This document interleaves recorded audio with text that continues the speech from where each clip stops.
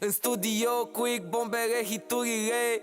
La voi în studio nici măcar n-aveți ace. Îmbrăcat 4 AC, știu să fac ești din orice. Am acer ceva mă place, mă super n-o dau la pace. Cu mașina fac jaroane, cu 5 gang umplu stadioane. Nimeni nu e în stare să mă scoată din stare. Rezolv orice problemă din 2 telefoane. Vor rețeta, vor sosul secret, vor mașini scumpe, dar n-au nici carnet. Se rup în figuri, dar n-au niciun talent. Le-am dat lovitură, au dat faliment. Poți să ai bani de ratata, țoare Gucci, Fendi, Prada. Îți explic eu cum stă treaba. Dacă n-ai tupeu degeaba.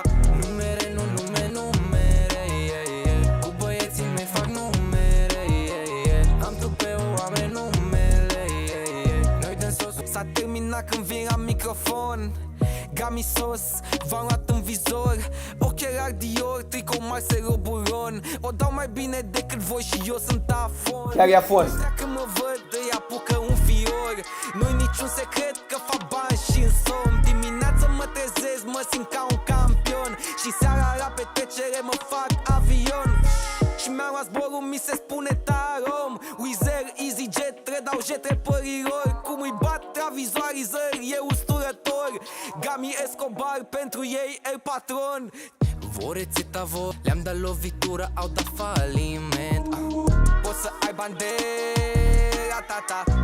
Paparații, aparate, blitz, blitz, blitz. Sunt cu 5 gang-uri la un șpriț, șpriț, șpriț.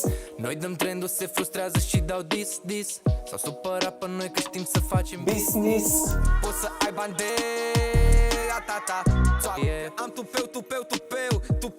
Acum repare rău că au pronunțat numele meu. Acum păstrează distanța, s-ascund caravația. Am prea mult tupeu și fac bani din clasa 6-a. Îi aud cum zic că o să pic, fac previziuni. Cu 2 vorbe am 3 televiziuni. Vă faceți rugăciuni, vedeți că mâine e luni.